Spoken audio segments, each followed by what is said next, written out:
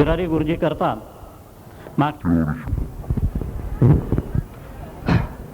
देव स्वरूप बंधू, माता स्वरूप बंधू, माता स्वरूप भगिनी, या ठिकाणी आपला हा जो कार्यक्रम आयोजित केला आहे त्या संयोजकांचं मी पहिल्याने अभिनंदन करतो आहे की आपल्या ह्या नाशिक नगरी पुण्यनगरीमध्ये ही एक आपल्याला अमृतपान आहे. ज्ञानामृत आपल्याला देत असतात, कारण कोणतीही गोष्ट कोणी पुढे राहून केल्याशिवाय होत नाही आणि ती काही प्रसंगी काही वेळेस टिकवलं जाते पण कायमस्वरूपी टिकत नाही. तर या नाशिक व्याख्यानमालेच्या संस्थकांनी, संस्थेच्या लोकांनी हा कार्यक्रम अखंडपणे चालू ठेवला आहे. त्यामुळे त्या संस्थांचे मी अभिनंदन करतो, आभार मानतो. तत्र या ठिकाणी मागच्या वर्षी 9 तारखेला नाशिक रोड येथे माझा विषय होता, गायत्री मंत्राच्या माध्यमातून आपली शारीरिक, मानसिक, बौद्धिक आणि सांसारिक, आज प्रत्येकाला संसारातल्या अडीअडचणी यातून मार्गदर्शन व्हावं आणि त्या आपल्या पार पडाव्यात, त्याच्यातून आपल्याला सुख प्राप्त व्हावं हे प्रत्येकाला वाटतं आहे. या आजकालच्या धकाधकीच्या जीवनामध्ये, कलियुगाच्या वातावरणामध्ये जो तो समस्यांनी भेडसावून गेलेला असतो, त्यात एक मार्ग हाच आहे गायत्री मार्ग, गायत्री मंत्र आणि गायत्री मंत्रासोबत गायत्री यज्ञ. तर माझ्या तिथे व्याख्यानानंतर माझ्याकडे सर्वसाधारणपणे 7-8 लोक आलेत. त्यांच्या ज्या समस्या होत्या तर त्या समस्या त्या मंत्राच्या माध्यमातून आम्ही सोडवल्या.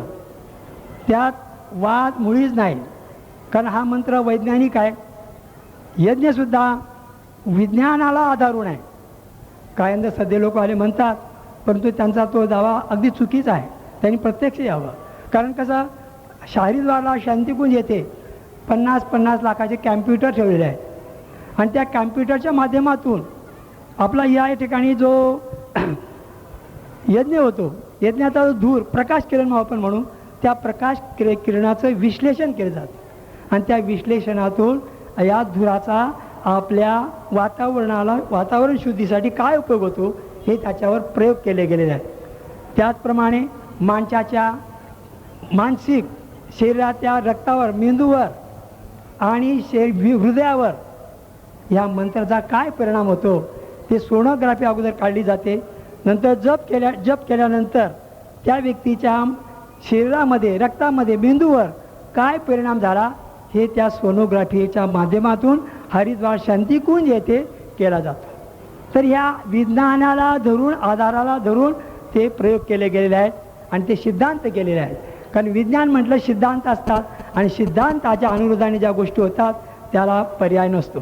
ज्याप्रमाणे गणितशास्त्र आहे, गणित विज्ञान आहे, शरीर विज्ञान आहे, त्याप्रमाणे जसं 2 + 2 म्हणजे 4 होतात हे आपल्याला माहीत आहे. तसंच गायत्री मंत्राच्या माध्यमातून आपण ज्यावेळेस ग्रहण करतो, गायत्री मंत्र म्हणतो, तर त्याचे आपल्या शरीरामध्ये त्याचा हे महाराज आहेत ते महाराज आपल्याला कल्पना देतील, कारण मी त्यांचा जास्त वेळ घेत नाही. तर यांची थोडी ओळख करून द्यायचं कारण असं की हरिद्वार येथे शांतिकुंज येथे त्यांनी जवळ 25-30 वर्षापासून श्रीराम शर्मा आचार्य महाराज त्यांनी 24 वर्ष तपश्चर्या केली कंटिन्यू. पूर्वीचे ऋषी लोक 12 वर्ष तपश्चर्या करायचे, रिद्धी-सिद्धी त्यांच्यापुढे उभ्या राहायच्या.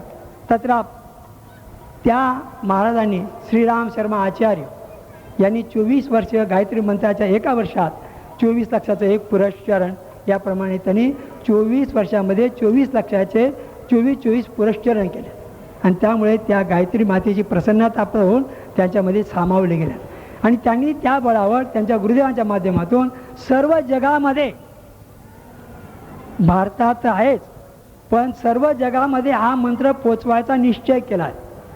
आणि ते का होतं, केव्हा होईल, ज्यावेळेस आपल्यामध्ये तपोबल असतं, त्या तपोबलाच्या साह्याने आपण त्या पुढच्या व्यक्तीवर, देशावर, गावावर प्रभाव पाडू शकतो. आणि म्हणून त्यांनी ती 24 वर्ष तपश्चर्याचं, बाकीच्या लोकांना स्वर्गात त्यांना विमान आलं असतं त्यांनी एवढी तपश्चर्या होती. परंतु त्यांनी मोक्ष न घेता पूर्ण आपला 90 साली आपला देह विसर्जित केला, पंचमहाभूतात्मक देह विसर्जित केला आणि आपल्या आत्म्याचं सूक्ष्मीकरण केलं. त्या सूक्ष्मीकरणाचे 4 वर्ष तपश्चर्या करावी लागते. ते सूक्ष्मीकरण करून हवेमध्ये आपला आत्मा त्यांनी विलीन करून घ्या. मग त्या विलीन करून घेण्याचा उपयोग काय? तर हवा जिथं जिथं जाईल, जिथं जिथं समजा हवा आहे वातावरणामध्ये, त्या ठिकाणी ते सूक्ष्म रूपात हजर असतात आणि लोकांना प्रवृत्त करतात. बघा, आपल्या या ठिकाणी 10-5 वर्षापूर्वी गायत्री मंत्र काय हे कोणालाही माहीत नव्हतं.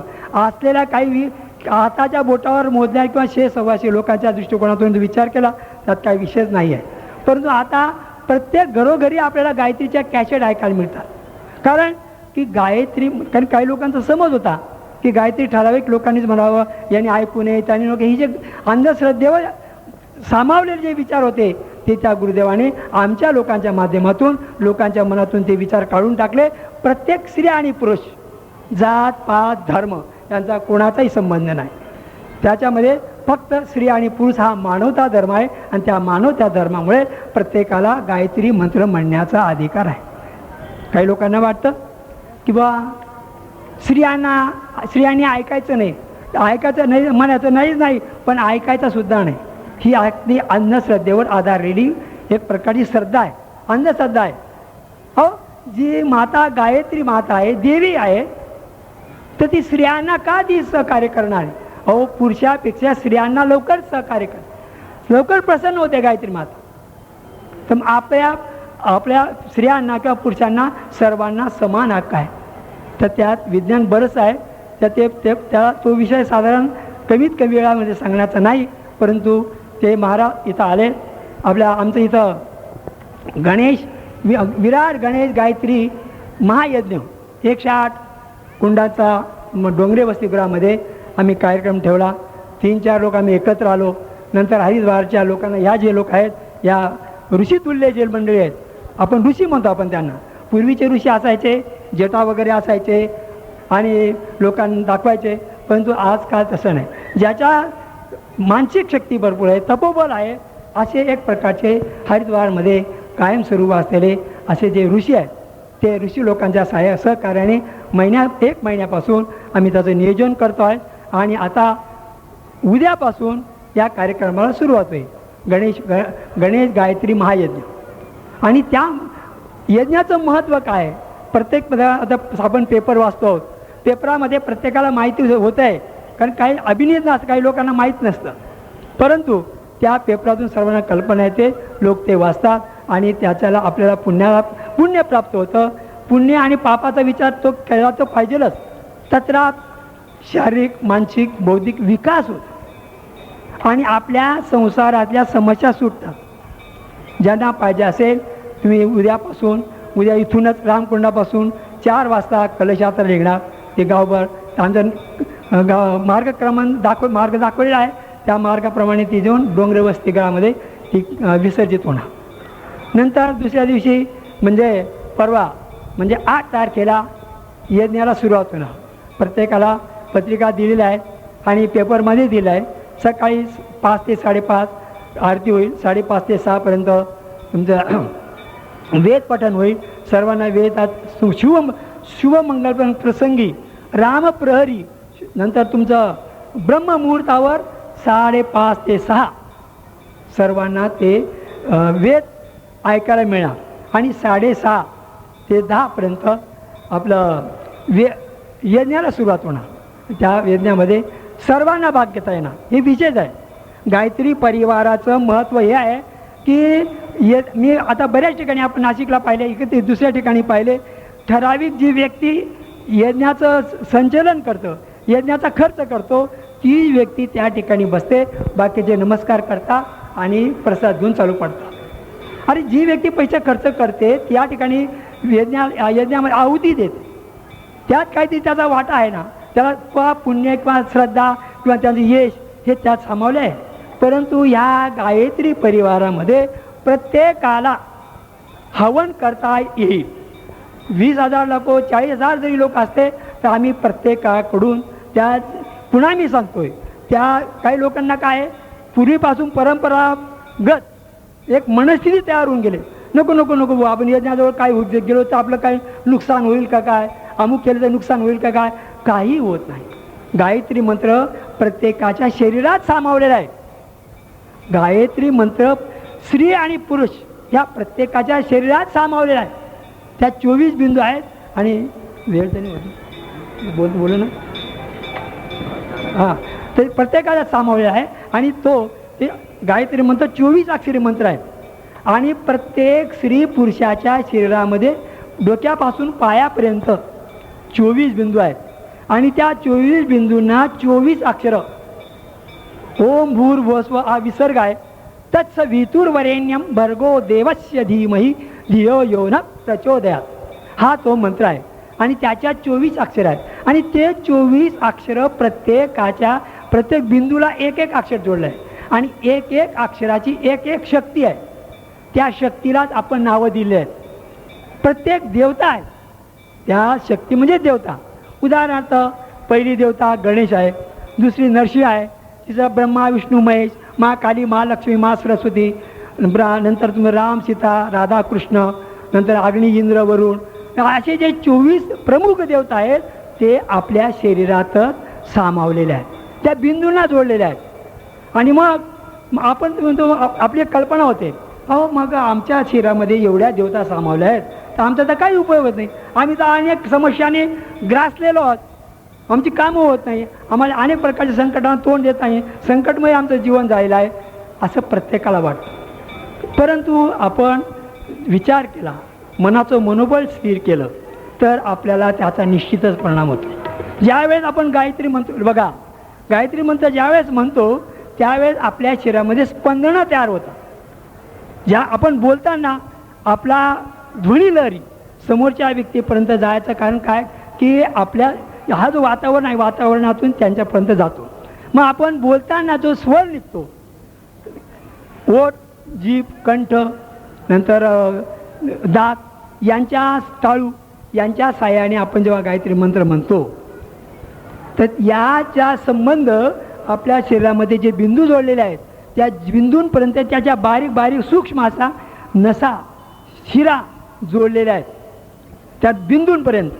आणि ज्यावेळेस आपण गायत्री मंत्र म्हणतो, जसजसा आपण मंत्र म्हणू तसतसे आपल्या शरीरामध्ये स्पंदनं तयार होतात आणि त्या स्पंदनांमुळे त्या बिंदूंवर व्हायब्रेशन होत असतं, त्या उकलायला लागतात. जितका तुम्ही जास्त मंत्र म्हणाल तितका त्याचा प्रभाव पडून तुमची जसं सर्वसाधारणपणे दररोज तुम्ही अनेक संकट जर असली तर कमीत कमी 3 माळा 108 म्हणायची ती माळ 3 माळा जर तुम्ही दररोज नेहमी सूर्याला अर्धे देणं आणि गायत्री करणं. सूर्य हा गायत्री, सूर्याचा आत्मा गायत्री आहे. सूर्य आणि गायत्री हे यांचे ऋणानुबंध आहे. सूर्याचा आत्मा गायत्री आहे, मंत्रात सामावली आहे गायत्री माता. अशी काही देवी आहे पण आपण जसं मारुती आहे, नंदराम, सीता हे जे देवी देवता ठेवला आहे तसं या मंत्रामध्ये गायत्री माता सामावली आहे. जसं आपण मंत्र म्हणू तसं त्याचा प्रभाव पडणार आपल्या शरीरातच. मग तुमचे समस्या आपोआप सुटतात. मी नाशिक रोडला ज्यावेळी व्याख्यान झालं माझ्याकडे 7-8 लोक आलेत, त्यांना मी मार्गदर्शन केलं. कारण ह्या परिवारामध्ये बाबागिरी बुवाबाजी याचा काही संबंध नाही आणि निशुल्क या ठिकाणी आम्ही जे यज्ञ करतो ते निशुल्क. हां, तुम्हाला जे काही 2 पैसे द्यायचे असतात ते आम्ही हरिद्वारला शांतिकुंज आश्रमामध्ये जागतिक वातावरणामध्ये 110 देशामध्ये हे काहीतरी पर्वाचं कार्य चालू आहे. हां, तर अशा प्रकारे या आपल्या कार्यक्रमाचं स्वरूप आहे आणि आम्ही आमच्याकडे येऊन त्यांना मार्गदर्शन केलं. मार्गदर्शन केल्यानंतर त्यांच्या समस्या बऱ्याच सुटल्या. तर असं हा या गायत्री मंत्राचं महत्त्व आहे. आता हे जे महाराज आलेले आहे हे हरिद्वारहून आमच्या इथं गणेश गायत्री महायज्ञासाठी त्यांना आम्ही इथं बोलवलं. 2 महिन्यापासून ते आमच्या सहवासात आहे आणि त्या कार्यक्रमाचं नियोजन त्यांनी आता पूर्ण केलं आहे. उद्यापासून तो कार्यक्रम सुरू होईल. त्यांचं नाव सुरेंद्रनाथ रघुवंशी महाराज. त्यांनी हरिद्वार येथे श्रीराम शर्मा आचार्य, मी तुम्हाला सांगितलं मागेच की 90 साली त्यांनी स्वतःहून आपला देह सोडला. त्यांच्या सान्निध्यामध्ये त्यांनी 25-30 वर्षे ते काढलेत आणि गायत्री मंत्र विज्ञान, गायत्री मंत्राचं विज्ञान आणि यज्ञाचं विज्ञान यांचा पूर्णपणे त्यांनी अभ्यास केला आहे. म्हणून मला माझं नाव इथं घेतलं गेलं होतं. तत्रा म्हटलं बा आता हरिद्वारून ही मंडळी आली आहे, ते आमच्यापेक्षा त्यांनी जास्त अभ्यास केलेला आहे, सर्व आपल्या लोकांना त्यांचा लाभ व्हावा म्हणून मग आपल्या त्यांचं इथं आपलं व्याख्यान ठेवलं आहे. आता याच्यापुढे त्यांचं आपलं एक थोडं संगीत होईल आणि नंतर ते महाराजांचं प्रवचनाला सुरुवात होईल. आभारी.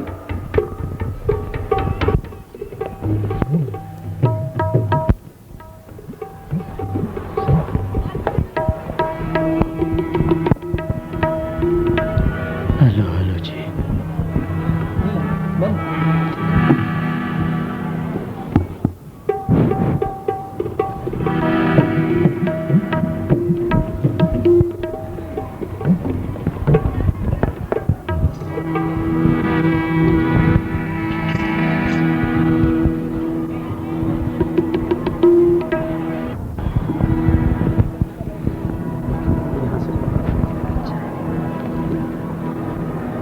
सभी भाई बहनों से निवेदन है, इस पुण्य भूमि तीर्थ में हम एक सत्संग के लिए एक ज्ञान की गंगा में स्नान करने के लिए बैठे हैं। सभी लोग बड़े प्रेम से भगवान राम का जय जयकार करेंगे।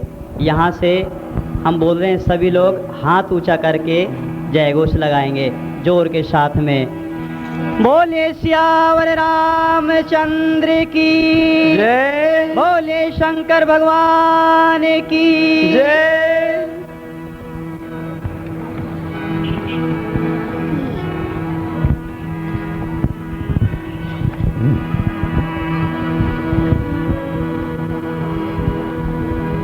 गुरुर् ब्रह्मा गुरुर्विष्णु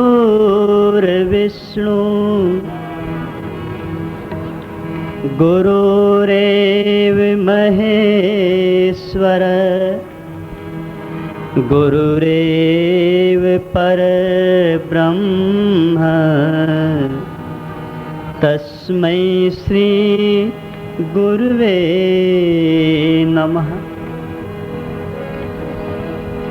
आयातु वरदे देवी त्रयक्षरे ब्रह्मवादिनी गायत्री छन्दसां माता ब्रह्मयोने नमोस्तुते। सर्वमंगल मांगल्ये शिवे सर्वार्थ साधिके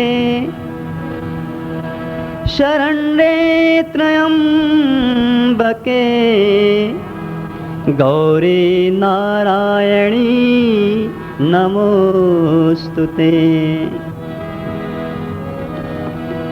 श्री राम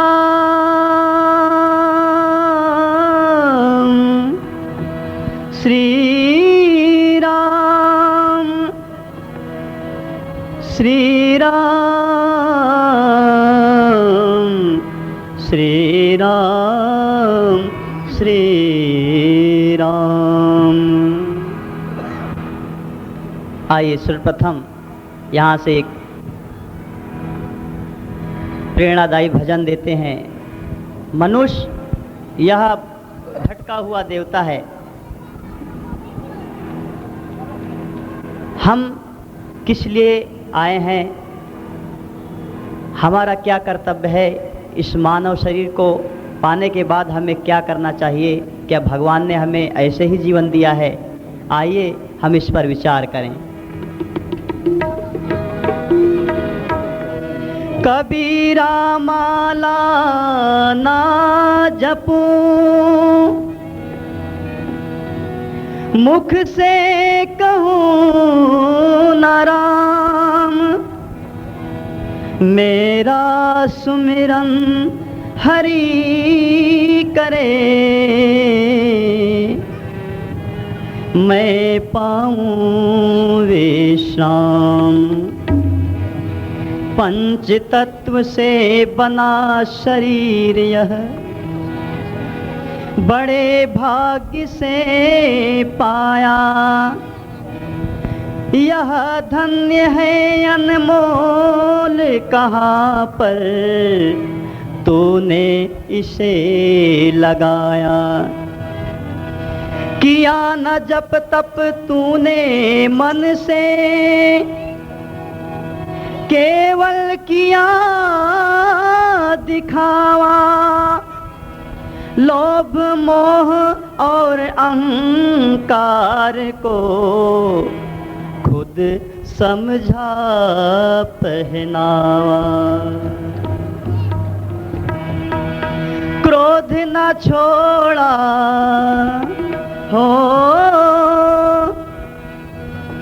क्रोध न छोड़ा, झूठ न छोड़ा, सत्य वचन क्यों छोड़ दिया तूने, नाम जपन क्यों छोड़ दिया।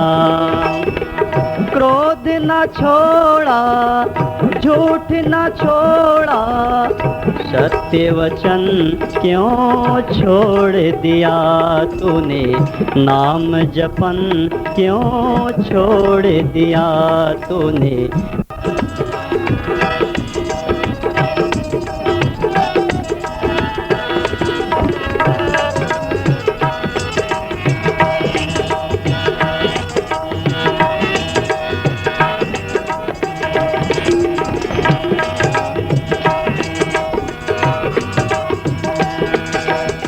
झूठे जग में जी ललचाया, झूठे जग में जी ललचाया है, झूठे जग में जी ललचाया।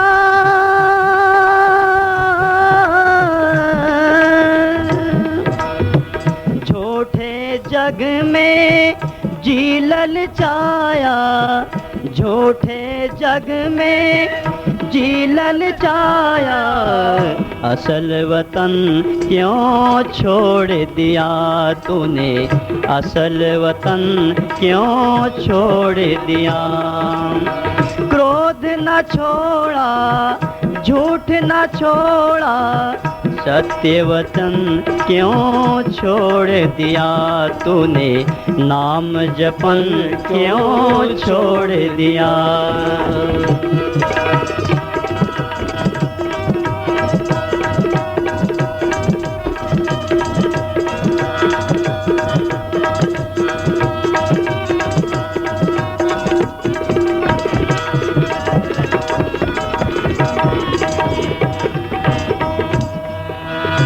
कौड़ी को तो खूब संभाला,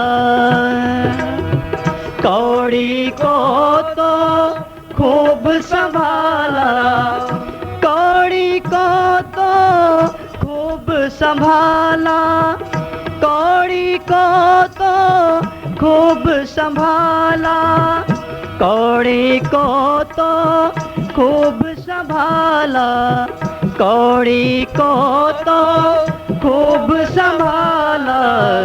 लाल रतन क्यों छोड़ दिया तूने, लाल रतन क्यों छोड़ दिया। क्रोध न छोड़ा, झूठ न छोड़ा, क्रोध न छोड़ा, झूठ न छोड़ा, सत्य वचन क्यों छोड़ दिया तूने, नाम जपन क्यों छोड़ दिया।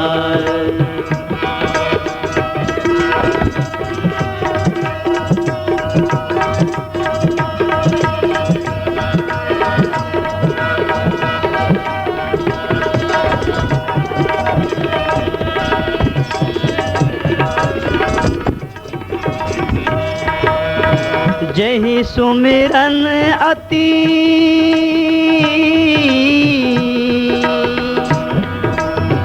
जही सुमिरन अति सुख पाओ, जही सुमिरन अति सुख पाओ, जही सुमिरन अति सुख पाओ, जही सुमिरन अति सुख पाओ, जही सुमिरन अति सुख पाओ, जही सुमिरन अति सुख पाओ, तो सुमिरन क्यों छोड़ दिया, तो सुमिरन क्यों छोड़ दिया।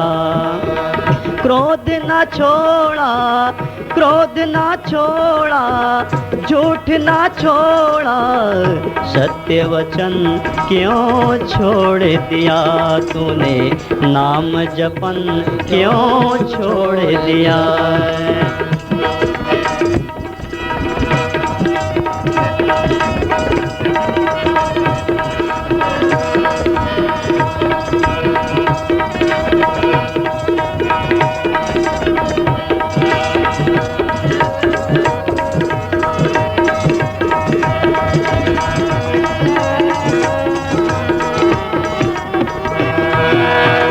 खालिस एक भगवान भरोसे है, खालिस एक भगवान भरोसे,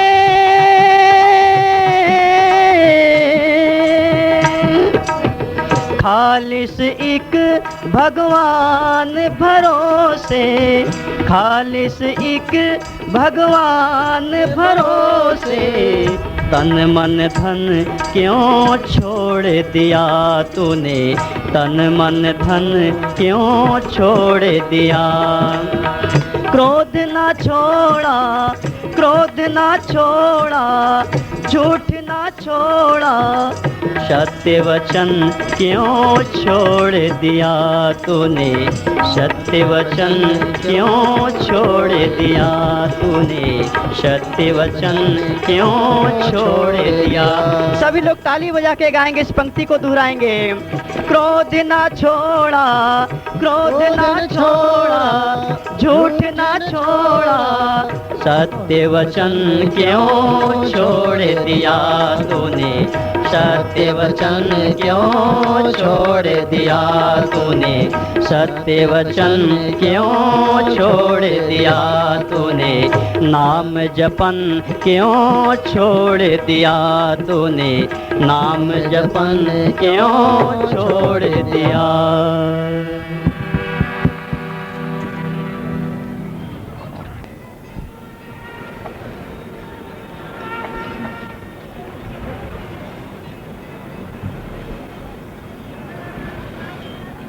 अखण्डमण्डलाकारं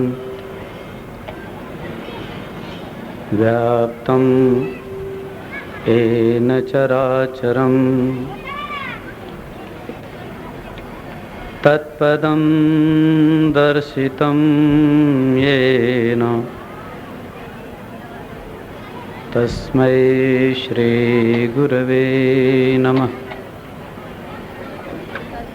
तस्मै श्रीगुरवे नमः। तस्मै श्रीगुरवे नमः।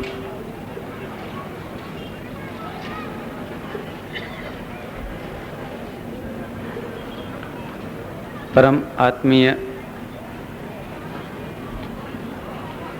धर्म प्रेमी हमारे आत्मीय बंधुगण, बहनों, आज का यह दिन जो वर्ष में एक बार आता है, अक्षय तृतीया का, बहुत पवित्र दिन और बहुत पावन स्थान गंगा घाट पे हम आप बैठ करके सत्संग करते हैं।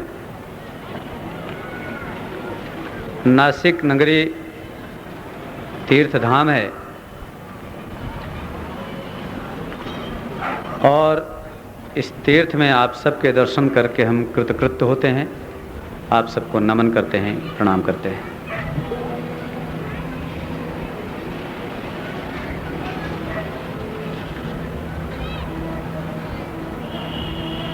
वसंत व्याख्यानमाला का शुभ आयोजन 79 ईयर्स से लगातार और उत्साहपूर्वक चला रहा है, ये एक बहुत बड़ी बात है।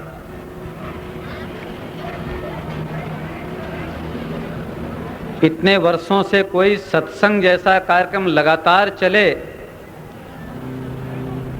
ये पूरी धरती के लिए बहुत बड़ी बात है। और दूसरे कार्यक्रम तो चलते हैं, लेकिन सत्संग में लोगों की रुचि कम हुआ करती है। लेकिन आज इतने सारे प्रबुद्ध जनों को गंगा घाट पे पाकर हम अत्यंत हर्षित हैं। आज का हमारा विषय है गायत्री माता और यज्ञ पिता। माता और पिता दो शब्द इतने महत्वपूर्ण शब्द हैं, जिसमें ये सारी सृष्टि भरी पड़ी हुई है। माता और पिता दो शब्द, ये संपूर्ण सृष्टि की उत्पत्ति इन्हीं दोनों तत्वों से हुई है। माँ का स्थान इस धरती पर सर्वश्रेष्ठ सर्वोच्च माना गया है, और इसीलिए संभवतः माँ का पद गौरवान्वित करने के लिए परमात्मा का नाम भी यदि लिया गया, पहला नाम कोई ढूंढा गया, तो प्रार्थना में कहते हैं भगवान का पहला नाम माता के नाम से पुकारा गया। त्वमेव माता च पिता त्वमेव, पहले तुम माता हो। परमात्मा पहला माँ है, बाद में पिता है। सबसे बड़ा सम्मान माता पिता का भगवान के नाम के साथ जोड़ा गया है। और वैसे भी सामाजिक दृष्टि से भी देखें तो माता पिता न हो तो सृष्टि नहीं है। लेकिन यहाँ माता पिता जैसे पवित्र नाम क्या शरीर का जन्म देने वालों को ही कहा जाएगा?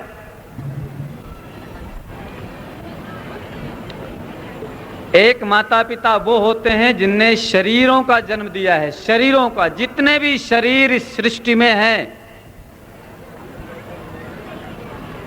84 लाख प्राणियों का शरीर, और उन सभी शरीरधारियों का जन्म उनके माता पिताओं ने ही दिया है। तो यहाँ शरीर का जन्म देने वाले माता पिता एक जगह होते हैं, वहीं पे मनुष्य के मन के जन्म देने वाले माता पिता कोई और भी हमारे यहाँ ऋषियों ने रखा है। शरीर का जन्म देना सभी प्राणियों का काम है, और मन का जन्म देना केवल मनुष्य के लिए ही। मनुष्य का जन्म जिसने दिया है, मनुष्य के मन को जिसने बनाया है, और मैं यूं कहूं कि मन ही बनाने वाले, जब मन हमारा बन गया तभी हम मनुष्य हैं।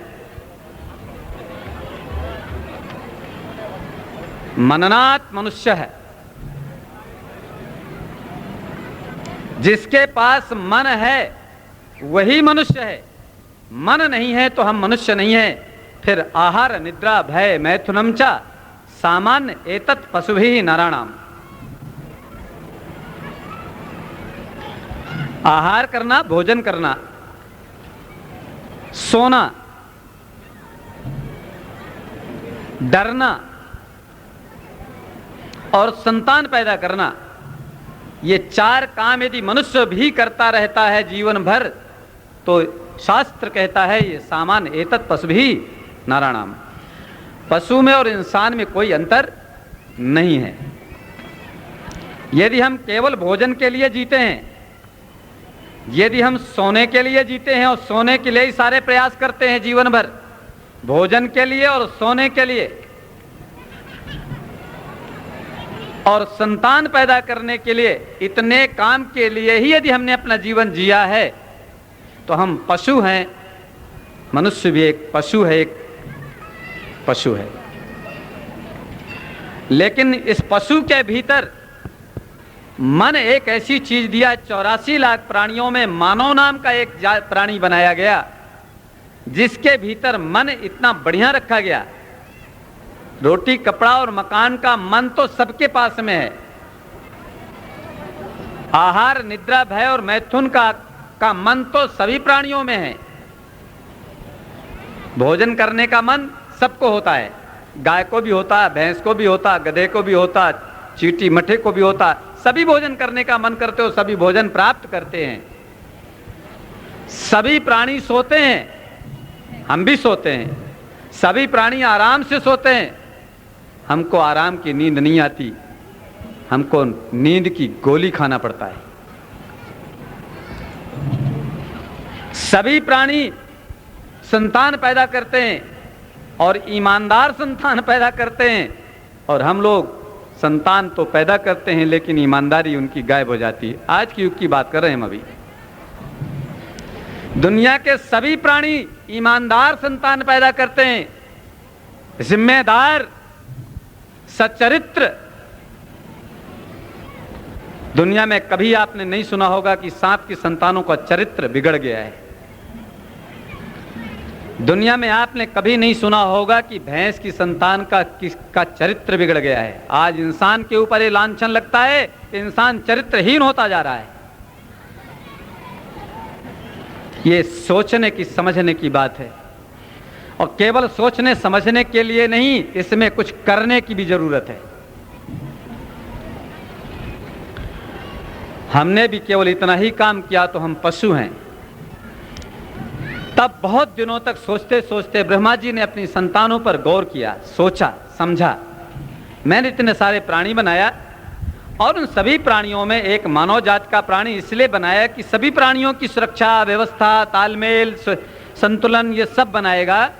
और जिसको मैंने अपना उत्तराधिकारी, अपना राजकुमार बना के भेजा, वो तो इन सभी छोटे छोटे प्राणियों से भी गया गुजरा हो गया। ऐसा हो जाता है ये। इसके पास क्या करना चाहिए?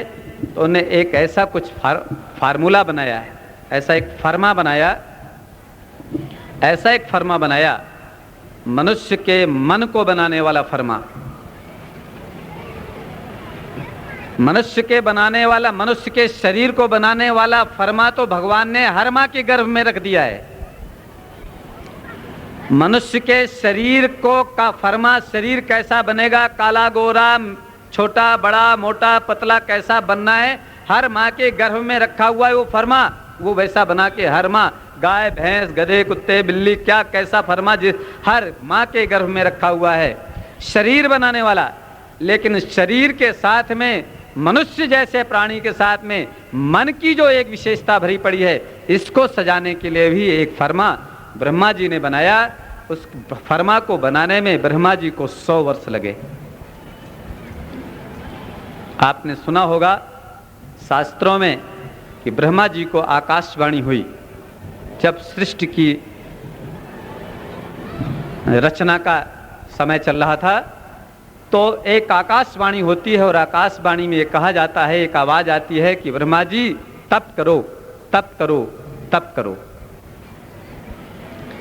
तप करने जब ब्रह्मा जी बैठते हैं अपने वर्षों में, तो उनको 100 वर्ष का समय लगता है। ब्रह्मा जी के वर्ष बहुत बड़े होते हैं और ब्रह्मा जी का दिन बहुत बड़ा होता है। अपने वर्षों में 100 वर्ष का तब ब्रह्मा जी ने किया, और तब उनको एक ऐसा फर्मा प्राप्त हुआ, ऐसा फर्मा प्राप्त हुआ जिस फर्मे में मानव के भीतर भगवान पैदा किया जा सकता है। ऐसे फर्मे का नाम ब्रह्मा जी ने गायत्री रखा है, गायत्री। और गायत्री को वेद माता कह दिया। अथर्ववेद में आपने पढ़ा होगा, स्तुता मया वरदा वेद माता। गायत्री मंत्र को वेद की जननी कहा गया है। वेद किसको बोलते हैं? वेद कहते हैं ज्ञान को। वेद कहते हैं ज्ञान को, समग्र ज्ञान। वेद का मतलब होता है समग्र ज्ञान, सब तरह का ज्ञान। रोटी खाने का ज्ञान, कपड़े पहनने का ज्ञान, मकान बनाने का ज्ञान, वास्तु का ज्ञान, भौतिक ज्ञान, आध्यात्मिक ज्ञान, समग्र ज्ञान, जीवन जीने का ज्ञान, सृष्टि चलाने का ज्ञान, हवा में उड़ने का ज्ञान, ये समग्र ज्ञान वेदों से निकला हुआ है। आज का जितना भी भौतिक विज्ञान है ये सब ये वेदों से निकला हुआ है। तो समग्र ज्ञान का नाम है वेद, और उस वेद को पैदा करने वाली कौन है? कौन है? गायत्री, वेद जननी, वेद माता, स्तुता मया वरदा वेद माता। इस वेद माता में ज्ञान की माता, और ऐसा हमारे यहाँ का कुछ माना गया है कि माता ऐसे कुछ, माता शब्द का अर्थ यह होता है सर्वोपयोगी। जो सर्वोपयोगी हो, सबका भला करने वाला हो, उसी के साथ में माता जोड़ दिया है। गौ माता, गाय सबके लिए उपयोगी है, इसलिए उसको गौ माता कहा गया है। पृथ्वी माता, पृथ्वी से कोई बच्चे पैदा होते क्या? हमारी पृथ्वी माता है, हमारी धरती माता है। तो कहीं धरती के पेट से फड़ के निकले कि अपनी माँ के पेट में से निकले हम? लेकिन धरती सर्वोपयोगी है, इसलिए उतना पद, माँ का पद जो भगवान का पद होता है, वो माँ का पद दिया गया धरती माता को। भारत माता, भारत ने ईमानदारी से सारे संसार को माँ की तरह, बच्चों की तरह पाला है, माँ बन करके, इसलिए सारे सृष्टि के लोगों ने भारत को माता नाम से पुकारा था। ऐसे ही देवी देवताओं के नाम भी माता के नाम से, लक्ष्मी माता, दुर्गा माता, भवानी माता, काली माता। वहीं पे गायत्री मंत्र भी सर्वोपयोगी होने के कारण और हरेक के मन को बनाने वाला मंत्र होने के कारण उसको गायत्री को माता शब्द से पुकारा गया, माता नाम से सम्मानित किया गया है। क्योंकि गायत्री माता सबके लिए है। वो बड़े दुख के साथ में ये कहना पड़ता है या सोचना पड़ता है, बहुत दुख होता है जब हम छोटी छोटी बातों में से अपनी बुद्धि को इतना छोटा बना देते हैं, ऐसे पवित्र मंत्रों के साथ में जोड़ देते हैं, ये इसका अधिकार नहीं है, ये वो उसका अधिकार नहीं है। अब लगता है कि ये अधिकार बताने वाले, क्या जब गायत्री महामंत्र की रचना ब्रह्मा जी ने की थी, क्या उसके पहले इनका जन्म हुआ था?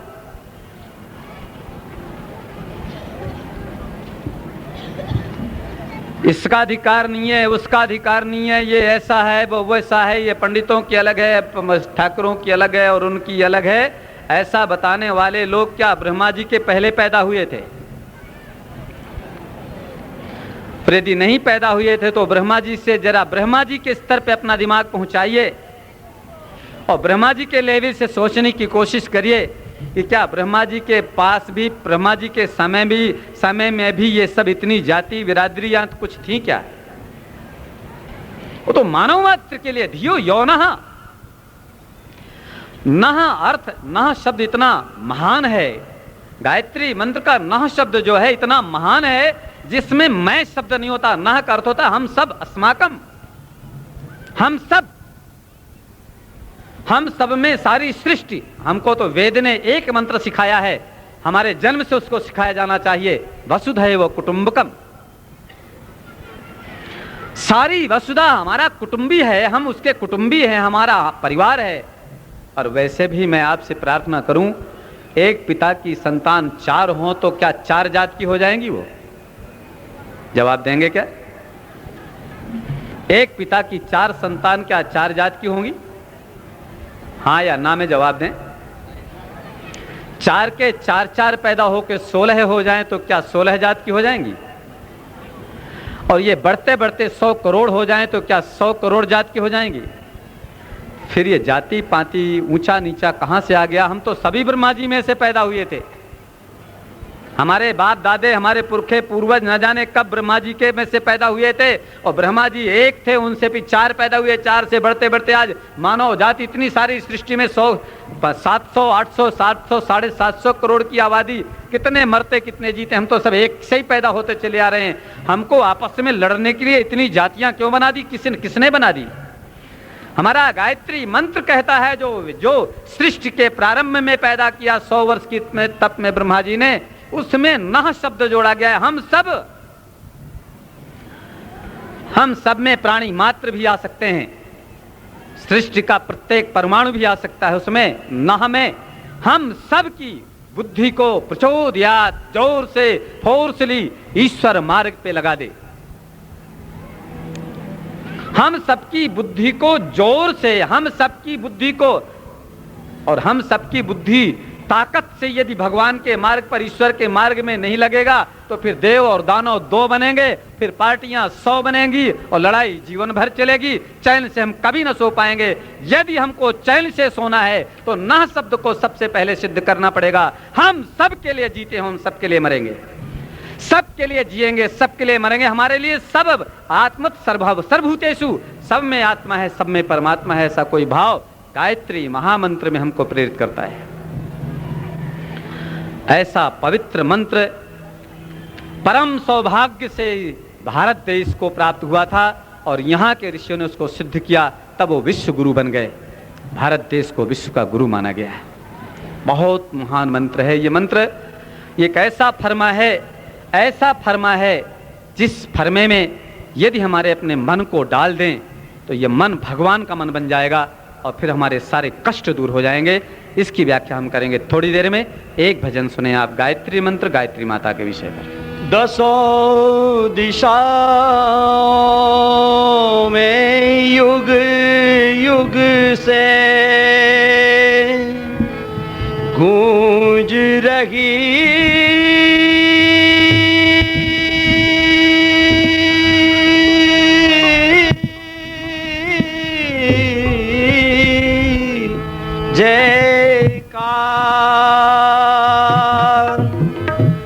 गायत्री के महामंत्र की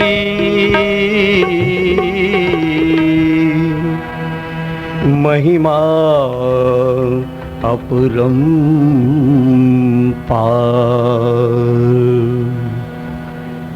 ओम भूर्भुवः स्वः तत्सवितुर्वरेण्यं भर्गो देवस्य धीमहि धियो यो नः प्रचोदयात्।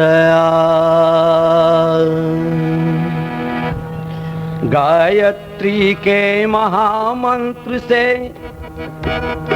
गायत्री के महामंत्र से जीवन के सब पाप हरो। गायत्री के महामंत्र से जीवन के सब पाप हरो। सुंदर सुखी बनेगा जीवन, गायत्री का जाप करो।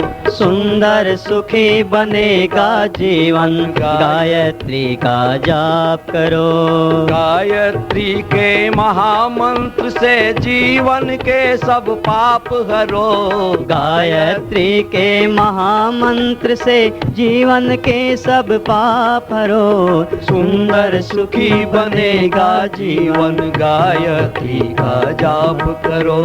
सुंदर सुखी बनेगा जीवन, गायत्री का जाप करो।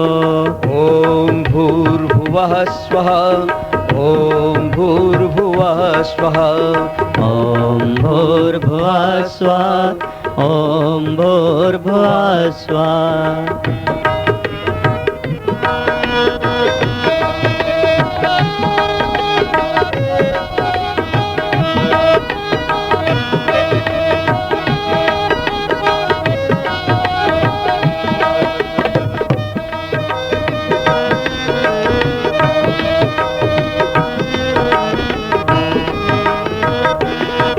ये मंत्र है मंगलकारी, ये मंत्र है मंगलकारी, सद्बुद्धि बढ़ाने वाला। ये मंत्र है मंगलकारी, सद्बुद्धि बढ़ाने वाला। हर साधक के जीवन में नव ज्योति जगाने वाला। हर साधक के जीवन में नव ज्योति जगाने वाला।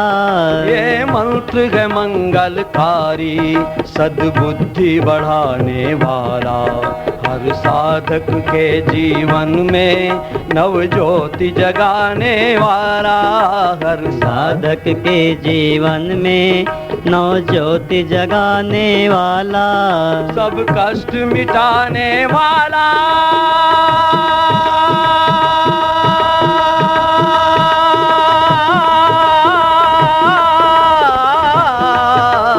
करो साधना तन से मन से, करो साधना दूर सभी संताप करो, करो साधना तन से मन से, दूर सभी संताप करो, पूर्ण होगी मनोकामना, गायत्री का जाप करो, पूर्ण होगी मनोकामना, गायत्री का जाप करो, गायत्री के महामंत्र से जीवन के सब पाप हरो, गायत्री के महामंत्र से जीवन के सब पाप हरो, सुंदर सुखी बनेगा जीवन, गायत्री का जाप करो, सुंदर सुखी बनेगा जीवन, गायत्री का जाप करो।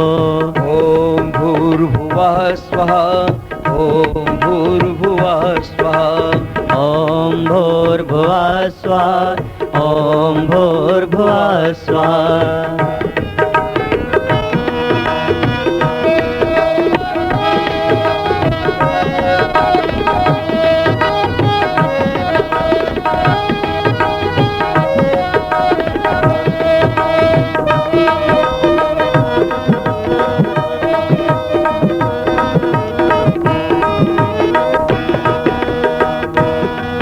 वेदों ने इसको गाया,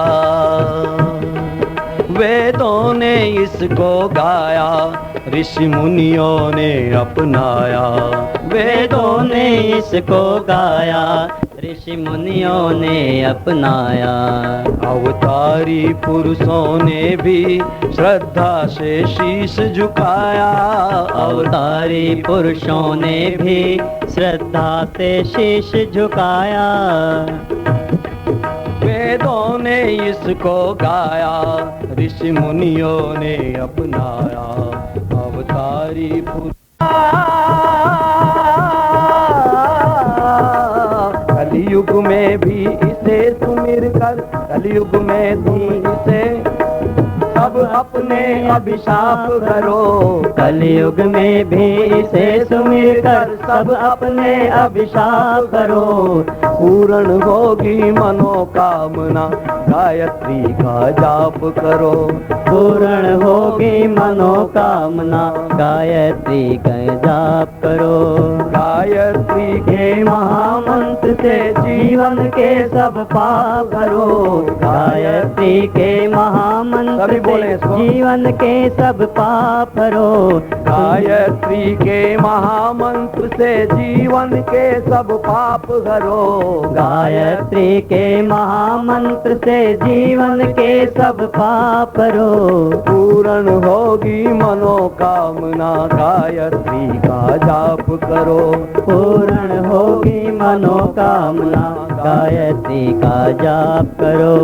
ओम भूर्भुवः स्वः, तत्सवितुर्वरेण्यं भर्गो देवस्य धीमहि धियो यो नः प्रचोदयात्। ओम भूर्भुवः स्वः, तत्सवितुर्वरेण्यं भर्गो देवस्य धीमहि धियो यो नः प्रचोदयात्। ओम भूर्भुवः स्वः, तत्सवितुर्वरेण्यं भर्गो देवस्य धीमहि धियो यो नः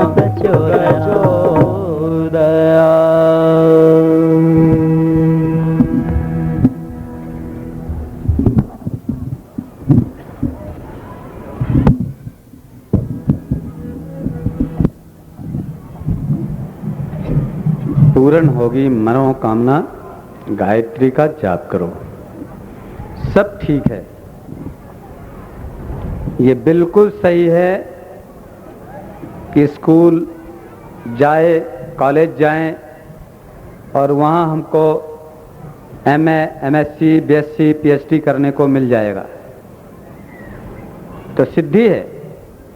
यदि हम कॉलेज जाएंगे, स्कूल जाएंगे, कॉलेज जाएंगे तो हमको वो पद मिलेगा। गायत्री मंत्र के जपने से सभी मनोकामनाएं मिलेंगी, मिलती ही हैं। लेकिन वो MBBS करने वाला रास्ता जो KG1 KG2 से शुरू करना है और वो वहां तक पहुंचना है, वो रास्ता तय करना बहुत जरूरी है। गायत्री सिद्धि सर्वश्रेष्ठ सिद्धि है। बहुत अच्छा भजन आपने सुना, समझ में भी आया होगा। प्रॉब्लम तो होती होगी आपको भी हिंदी और मराठी का थोड़ी बहुत, लेकिन अब करते क्या, अभी तो हमको इतनी जल्दी मराठी सीख भी नहीं सकते हम और अब बोल भी नहीं सकते।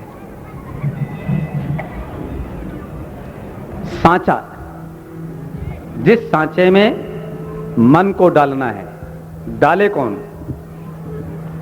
बहुत गंभीर विषय है।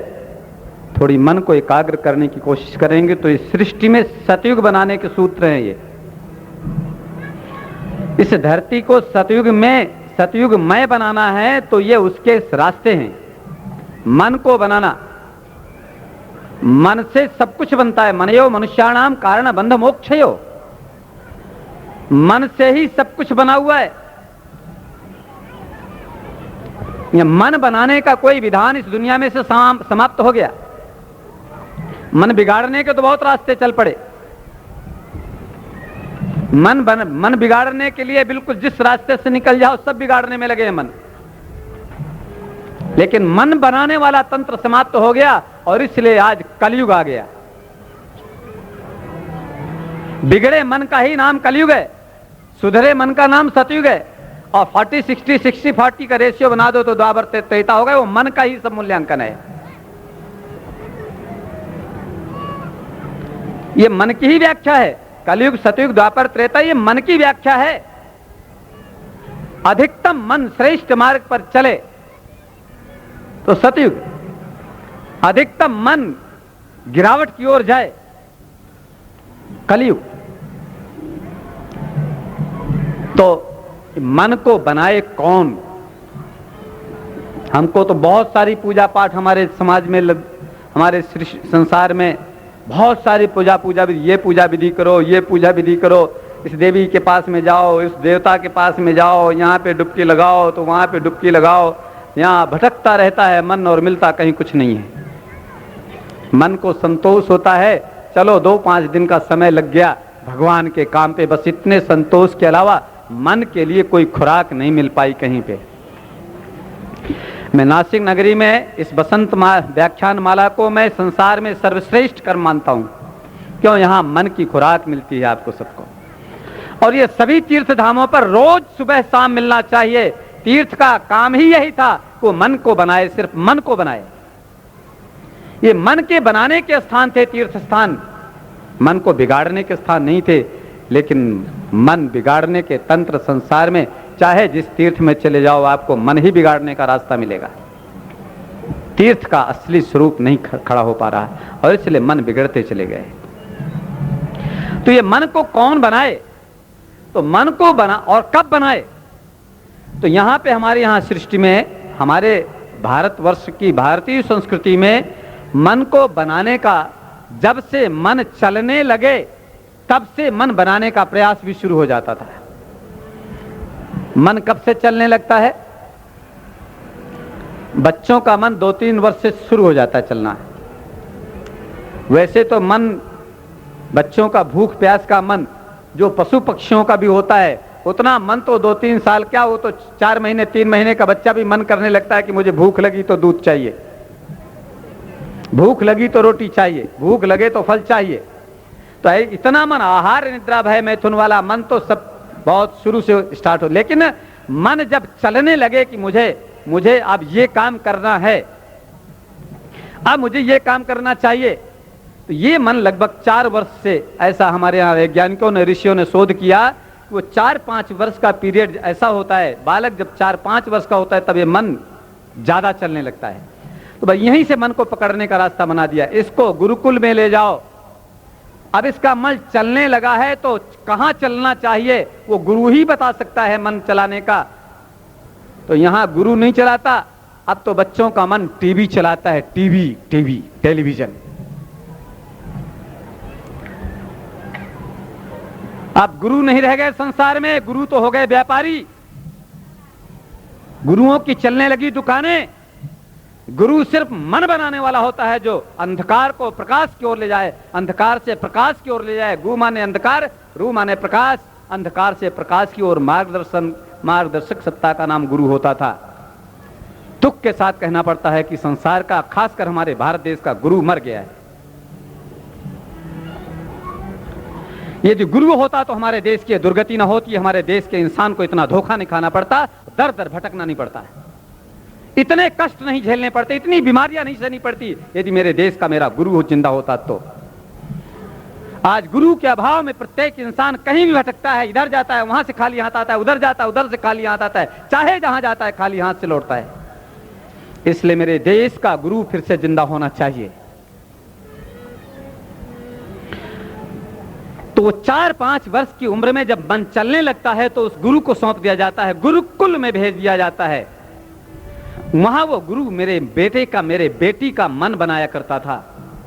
बेटे सुबह जल्दी उठना चाहिए, early to bed and early to rise.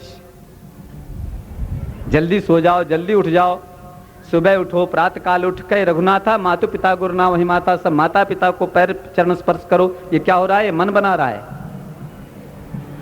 माता पिता को पहले भगवान राम का काम ही था, सुबह सुबह से उठ करके माता पिता को प्रणाम करो। क्यों? माता पिता का सम्मान मन में पैदा होगा, मन में माँ का सम्मान बढ़ना चाहिए, इसलिए प्रणाम करना जरूरी है। प्रणाम करने से किसी का न छोटापन बढ़ता है न बड़ापन बढ़ता है, न कोई छोटा होता न बड़ा होता है, लेकिन विनम्रता का भाव पैदा होता है और माता पिता के प्रति सम्मान पैदा होता है, और हम जिसको प्रणाम करते हैं उसके प्रति हमारी श्रद्धा पैदा होती है। यह मन में श्रद्धा पैदा करने का एक प्रयोग है। तो ये गुरुकुल में सिखाया गया माता पिता। और आजकल माता पिता दिखते कहां है किसी को? कौन है? शादी हुई, बीबी आई, माता पिता किनारे, बस बीबी भगवान, बीबी देवता, बीबी देवी, बीबी के लिए सारे सारे प्रयास। माता पिता जिसने सब कुछ त्याग किया अपने बेटों के लिए, उसके लिए कोई काम नहीं हमारे पास नहीं। हमने कभी अपने माँ को नहीं पूछा, जिसने अपने कलेजे का खून पिलाकर मुझको इतना बड़ा किया था, उसको कभी एक चाय के लिए बेटा बेटी ने पूछा?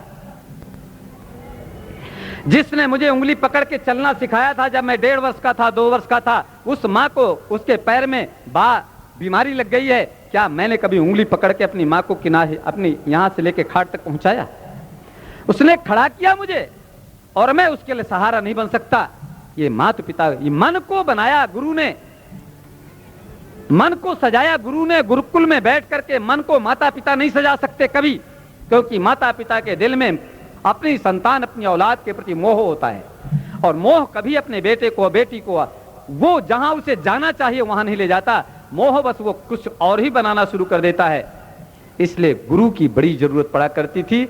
ऐसा गुरु 5 वर्ष 4 वर्ष में विद्यारंभ संस्कार के नाम पर इसके मन में विद्या भी भर दो।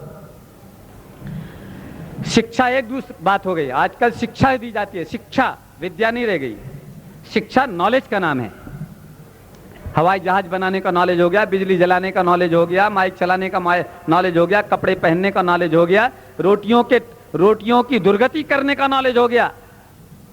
बढ़िया आराम से मोटी मोटी रोटी बना के, हम आज से 50-60 साल पहले के बुजुर्ग लोग जानते हैं कितनी मोटी रोटी खा करके आराम से पचा लेते थे। आज तो वो रोटी की दुर्गति किया, उसको तमाम कचरे बचरे मिला करके जाने कितने प्रकार के आइटम बनाना शुरू किया और पेट को खराब कर डाला है। इसका नॉलेज बहुत बढ़ गया। दुनिया में नॉलेज बहुत बढ़ा, लेकिन विद्या नहीं बढ़ पाई। शिक्षा बढ़ गई, विद्या समाप्त हो गई। विद्या आचरण का नाम होता है, विद्या भीतर से पैदा होती है। विद्या स्वभाव का नाम होता है, विद्या स्वभाव में प्रकट होता है। विद्या आचरण से प्रकट होता है, और शिक्षा दिखावे में प्रकट होता है। विद्या इंसान को भगवान बनाता है, और शिक्षा इंसान को शैतान बनाती है। अकेली शिक्षा इंसान को शैतान बनाती है, और अकेली विद्या इंसान को भगवान बनाती है। और शिक्षा और विद्या दोनों मिल जाए तो एक रास्ता बढ़िया नेशनल हाईवे बन जाए। तो मेरे भाई बहनों, गुरुकुल में 4 वर्ष की उम्र में एक विद्यार्थी को मन बनाने के लिए भेजा जाता था, और जीवन में एक और बढ़िया मोड़ आता है। ये 12 वर्ष से 14 वर्ष की, जरा सब लोग, आप जितने भी भाई बहन यहाँ सत्संग में बैठे हैं, जरा सब लोग थोड़ी से अपने 12-14 वर्ष के हो जाओ। ऐसे शरीर से नहीं हो जाएंगे, बाल काले नहीं होंगे, आप जल्दी खेल, लेकिन अनुभव जरा सोचो, अपने 12-14 वर्ष की उम्र को सोचो, जरा चिंतन करो कि 12 वर्ष में आप कैसे थे। चलो आपका चिंतन वहां नहीं जाता हो तो आप अपने 12-13 साल के बालक पर नजर करो, आपका 12-13 साल का बच्चा कैसा है, आपको अपने आप लग जाएगा, समझ में आ जाएगा कि मैं 12-13 वर्ष में ऐसा था, जैसा ये मेरा नाती है, जैसा ये मेरा पोता है, वैसा ही मैं था, या इससे थोड़ी अच्छा या उससे बुरा थोड़ी ऐसा रहा हूँगा। 12-13 वर्ष की उम्र ऐसी उम्र होती है, ये जीवन का एक ऐसा मोड़ होता है जहां जवानी की शुरुआत होती है,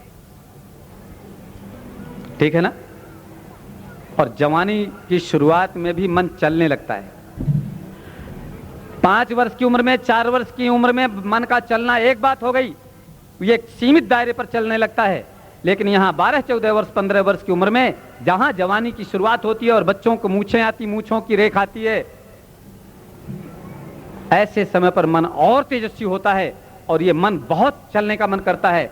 तब फिर इसको एक ऐसा सांचा दिया, ऐसा सांचा दिया जिस सांचे में इसके मन को गुरु, वहां पे भी गुरु उसको अपने हाथ में रखता था, उस मन को डाल देता था उस सांचे पर, कहता बेटे अब तुम ये बनोगे, क्या बनोगे, तत्सवितुर्वरेण्यम भर्गो देवस्य धीमहि।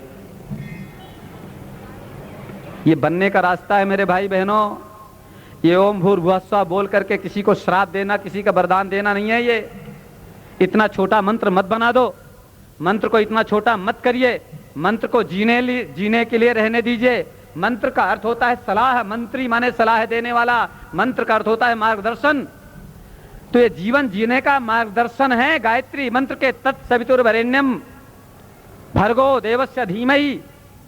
ये जो 6 षटकर्म, ये 6 शब्द, तत्सवितुर्वरेण्यम भर्गो देवस्य धीमहि, ये 6 मार्ग हैं। हे प्रभु, कौन प्रभु? ओंकार नाम का प्रणव परमात्मा, ओम नाम का परमात्मा भूर्भुवः स्वः में जो समाया हुआ हो, आकाश में, पाताल में, मृत्युलोक में, कण कण में, सब जगह पर जो परमात्मा समाया हुआ है, उस परमात्मा से प्रार्थना करते हैं। यहाँ राम से नहीं है, रहीम से नहीं है, अल्लाह ताला से नहीं है, ईसा मसीह से नहीं है, गॉड से नहीं है, यहाँ केवल उस परमात्मा से है जो सब में है और जो सबका है, जो सब में है और जो सबका है, जो किसी भेदभाव को नहीं मानता, वो कोई जात पात नहीं मानता। सूरज किसी की जात पात जानता है क्या? चांद किसी का जात पात मानता है क्या? ये गंगा मैया किसी की जात पात पूछती है क्या? ये हवाएं क्या किसी की जात पात पूछती हैं क्या? ये दिशाएं क्या किसी की जात पात पूछती हैं क्या?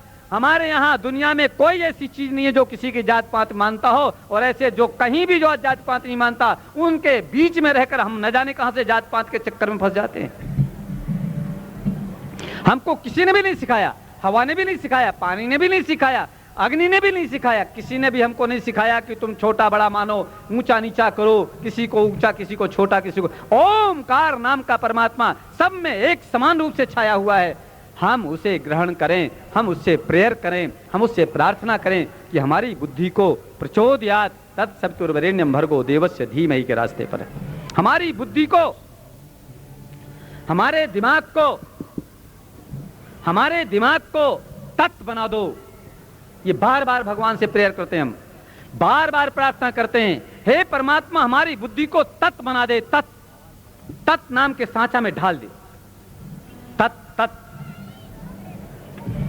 मैं आपसे रिक्वेस्ट करता, मैं प्रार्थना करता हूं कि आप गायत्री मंत्र के लिए समग्र जानकारी के लिए गायत्री महाविज्ञान नाम का एक पुस्तक आपको गायत्री परिवार के द्वारा 3 पार्ट में मिलेगा।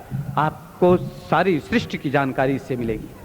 गायत्री की उत्पत्ति से लेकर के आज तक जितने सिद्ध साधकों ने सरलता से सिद्धियां प्राप्त की हैं, आज तो इतना क्लिष्ट कर दिया, इतना कठिन कर दिया मार्ग, अरे गायत्री मंत्र को छूना नहीं, अरे गायत्री मंत्र ऐसा होता है, कैसा होता है, यह आपको गायत्री महाविज्ञान से मिलेगा। अथवा अभी कल से शुरू होने वाले प्रोग्राम में, कल से जो आपको डोंगरे वसती ग्राउंड में जो एक बहुत विशाल यज्ञ होने जा रहा है, इसमें आपको सबको हम हाथ जोड़ के आमंत्रित करते हैं। 3 बजे इसी गंगा घाट में उस गायत्री महायज्ञ का यहाँ पे कलश पूजन, देवियों के लिए रास्ता खुलेगा। कल देवियाँ, कोई भी माताएं बहनें यहाँ पे आ सकती हैं 3 बजे, और 3 बजे धूप तो होती है, लेकिन भगवान के लिए क्या धूप क्या छाव। परमात्मा के पाने के लिए तो धूप छाव सब छोड़ना पड़ता है। इसलिए 3 बजे यहाँ पे गंगा घाट में 1100 कलशों का पूजन होगा। कलश भगवान का साकार स्वरूप है और उसी की हम पूजा करके माताएं बहनें अपने माथे पर रख करके और सारे पूरे इस इधर शहर पे घूमते हुए डोंग यज्ञशाला में पहुंचेंगी। कल से शुरू होने वाले प्रोग्राम में कल शाम का व्याख्यान जो वहाँ पे होगा, जिसमें मनुष्य का जन्म कब से होता है। अभी हम ये मानते हैं कि मनुष्य का जन्म होता है जब माँ के पेट में से पैदा हो गया, लेकिन यहाँ आपको अलग ही साइंस ढूंढने से मिलेगी कि मनुष्य का जन्म वो नहीं होता जब जन्म होता है। मनुष्य का जन्म तब माना जाता है जब माता पिता के मन में इच्छा पैदा हो जाए कि हमको कोई संतान पैदा करना चाहिए, या हमारे यहाँ पे कोई इंसान कोई बच्चा पैदा होना चाहिए। जिस दिन माता पिता के चिंतन में आ जाए कि हमको संतान की जरूरत है, उस दिन से मनुष्य का जन्म माना जाता है और उसी दिन से हमारे यहाँ संस्कारों की शुरुआत हो जाती है। संस्कार वैज्ञानिक हैं, संस्कार पोंगा पंडिताई नहीं है। मंत्र हमारे यहाँ वैज्ञानिक हैं, साइंटिफिक हैं। एक एक मंत्र के विषय पर कल आपको मनुष्य को, एक एक बालक को भगवान कैसे बनाया जाए, देवता कैसे बनाया जाए, इंसान कैसे सुधरे, आपका पहला प्रवचन कल आपको सबको सुनना चाहिए। 7 बजे से 10 बजे तक का कल का व्याख्यान आपको डोंगरे वसति गृह ग्राउंड में सुनना ही चाहिए। यद्यपि ये सत्संग में पता नहीं और कौन महान पुरुष होंगे, मैं आपको डिस्टर्ब नहीं करना चाहता। आपको यहाँ भी बहुत खुराक मिलती है, वहाँ भी कुछ खुराक मिलेगी। वहाँ कुछ नवीन जानकारियाँ हिमालय के ऋषियों के द्वारा प्राप्त होती हैं। तो आपको टाइम मिले तो आप 7 से 10 बजे वाले प्रोग्राम में और दोपहर में 3 बजे के इस प्रोग्राम में आप आवें। तो 14 वर्ष की उम्र जो होती है, इस समय हम अपने मन को, हमारे बालक के मन को गुरुकुल में गुरु गायत्री मंत्र में डाल देता था। गायत्री मंत्र कहाँ है? ये जनेऊ जो है ये गायत्री मंत्र है। यज्ञोपवीत बोलते हैं इसको, आप जनेऊ बोलते हैं। जनेऊ गायत्री मंत्र है, जनेऊ धागा नहीं है। क्या बोलते हैं यहाँ पे? जनेऊ, जनेऊ ठीक है, हैं? जानवे, जानवे। तो ये जो जानवे है आपका, ये धागा नहीं है। इसको जब तक आप धागा मानते रहोगे तब तक भगवान आपसे दूर रहेगा। अच्छा एक बात बताओ, आप रेलगाड़ी चली जा रही हो, बहुत तेज से जा रही हो,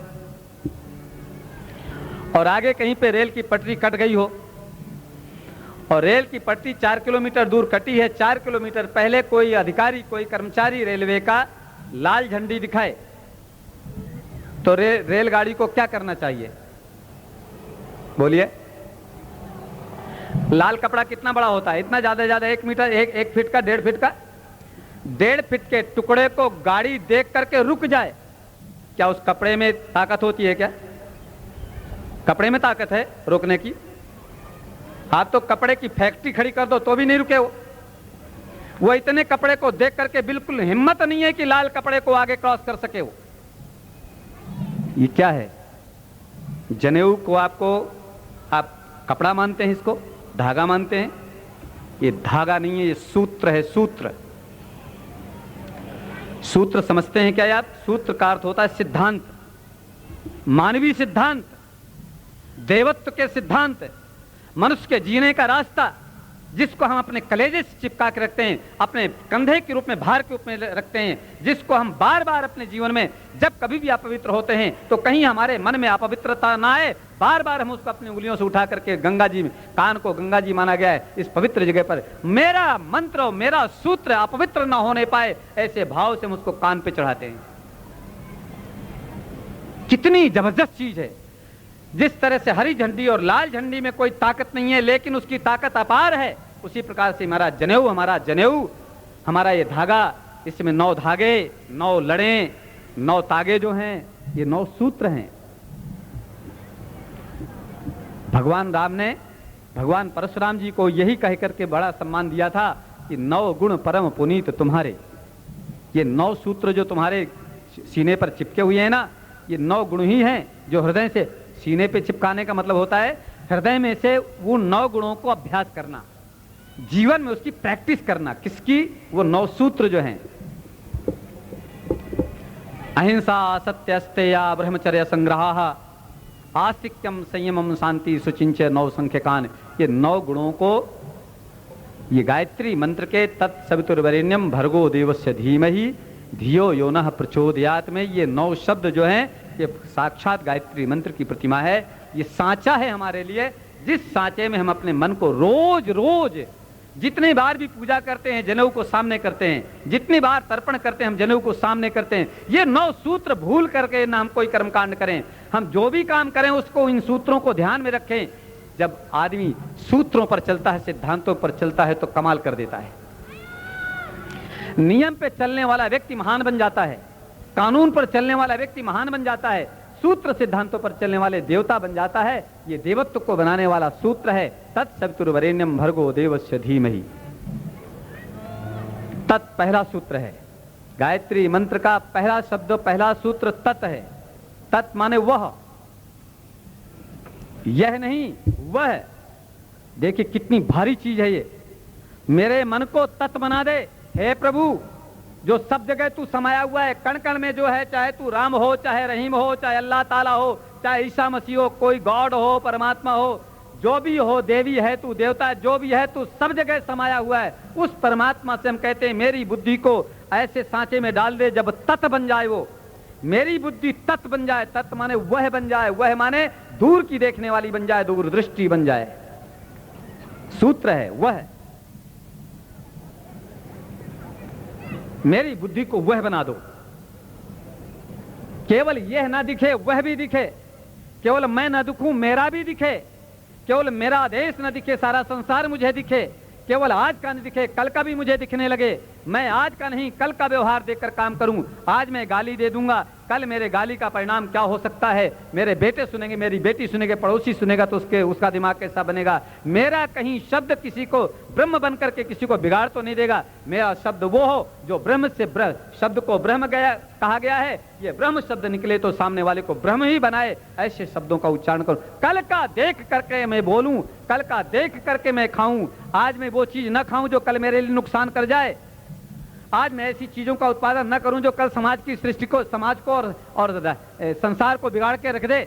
मैं ऐसे व्यापार न करूं जिससे कि आने वाली परंपराएं खराब हो जाएं। कहीं तत्बुद्धि बन जाए तो सतयुग आज की तारीख में आ जाता, लेकिन तत् समाप्त हो गया, गायत्री मंत्र समाप्त हो गया तो दुनिया का इंसान समाप्त हो गया, मनुष्य समाप्त हो गया, क्योंकि मनुष्य का मन समाप्त हो गया। इसलिए मनुष्य के मन को बनाने के लिए जरूरी है कि गायत्री मंत्र का जप जरूर किया जाए। गायत्री मंत्र का जप करने से मनुष्य का मन बनता है। धियो योनः प्रचोदयात्, मन बनाने वाले परमात्मा से प्रार्थना करते हैं हम, तत् बना दो हमारी बुद्धि को, तत् बना दो, श्रेष्ठ तत्। सवितो वरेण्यम, सविता का वर्ण करने वाला मेरा मन बना दो। सविता माने प्रकाश, सविता मतलब सूर्य, सूर्य माने लाइट, प्रकाश, रोशनी, और सूर्य कभी डूबता नहीं है, ध्यान में रखिएगा। जब तक हमारा यह विश्वास रहेगा कि सूर्य डूब गया तब तक हम धोखे पे हैं। सूर्य कभी डूब नहीं सकता। हमारा वसुधैव कुटुंबकम मंत्र भूल गया है, इसलिए हमको डूबा हुआ दिखता है। संपूर्ण सृष्टि मेरी वसुधा, ये कुटुंबी है, तो आज यहां पे है। अभी यह दीपक यहां जल रहा था, मैंने पड़ोसी के घर में जला दिया है, क्योंकि पड़ोसी को भी प्रकाश की जरूरत है।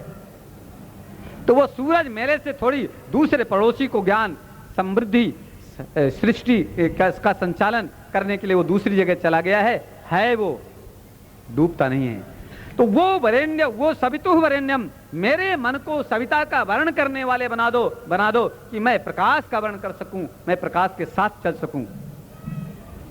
मेरे मन को प्रकाश, तमसो मां ज्योतिर्गमया, तमस से, अंधकार से मेरे मन को हटा दो और प्रकाश की ओर चला दो। हे तत्सवितुर्वरेण्यम भर्गो देव, हे प्रणव परमात्मा, हे ईश्वर, मेरी बुद्धि को नहीं, हम सबकी बुद्धि को सवितुः बना दो, प्रकाशवान बना दो, तमसो मां ज्योतिर्गमय बना दो, अंधकार से प्रकाश की ओर। सुने एक अंतरे का भजन। मनुष्य की करो प्रार्थना,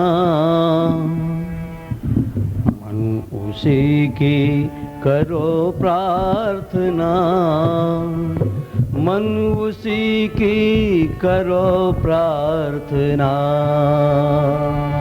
मन उसी की करो प्रार्थना,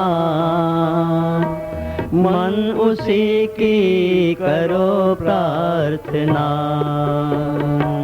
जिसने जीवन दिया, जिसने दी आत्मा, जिसने जीवन दिया, जिसने दी आत्मा, जो है संसार में सबका परमात्मा, जो है संसार में सबका परमात्मा।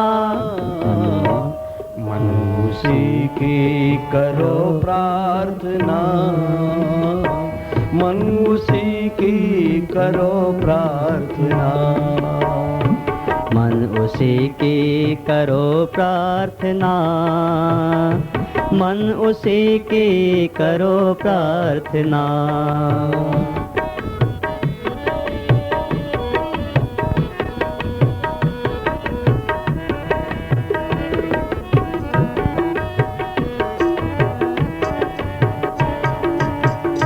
जग में सबसे बड़ी एक ही शक्ति है, जग में सबसे बड़ी एक ही शक्ति है। उसकी भक्ति से बढ़कर नहीं भक्ति है, उसकी भक्ति से बढ़कर नहीं भक्ति है। छल कपट लोभ के सारे संताप से, छल कपट लोभ के सारे संताप से, बस उसी की शरण में तेरी मुक्ति है, बस उसी की शरण में तेरी मुक्ति है।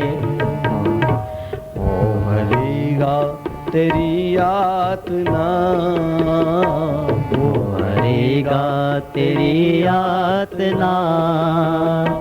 मन उसी की करो प्रार्थना, मन उसी की करो प्रार्थना, मन उसी की करो प्रार्थना।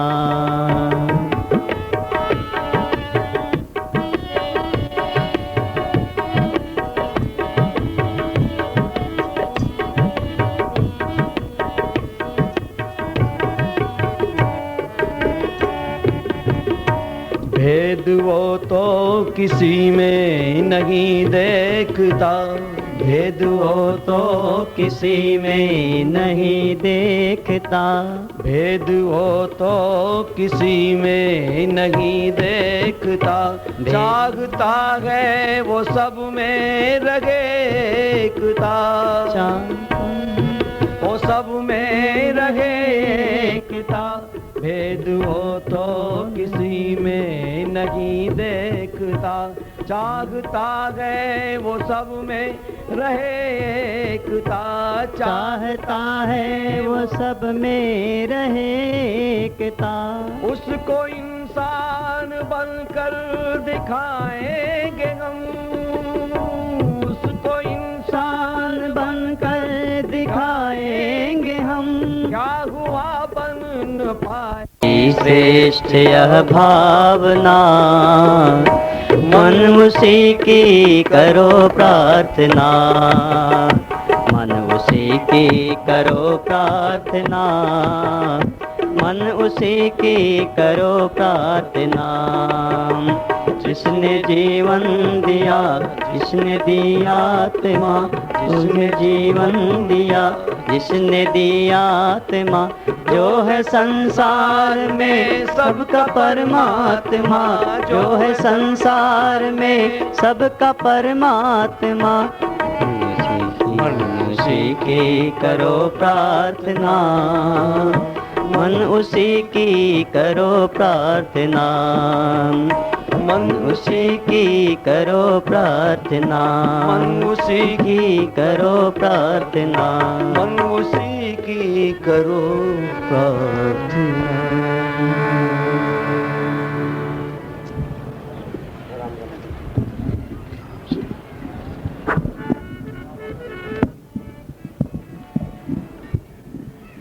सवितुर्वरेण्यम, मन को मेरे प्रकाश के साथ जोड़ दो। वरेण्यम का अर्थ होता है वर्ण करना, चुनाव करना, पकड़ना। ये पकड़ूं या ये पकड़ूं, तो ये वर्ण करने की भी क्षमता हमारी होनी चाहिए कि मेरे लिए जो उचित है वो क्या पकड़ूं, सविता पकड़ूं, अंधकार नहीं।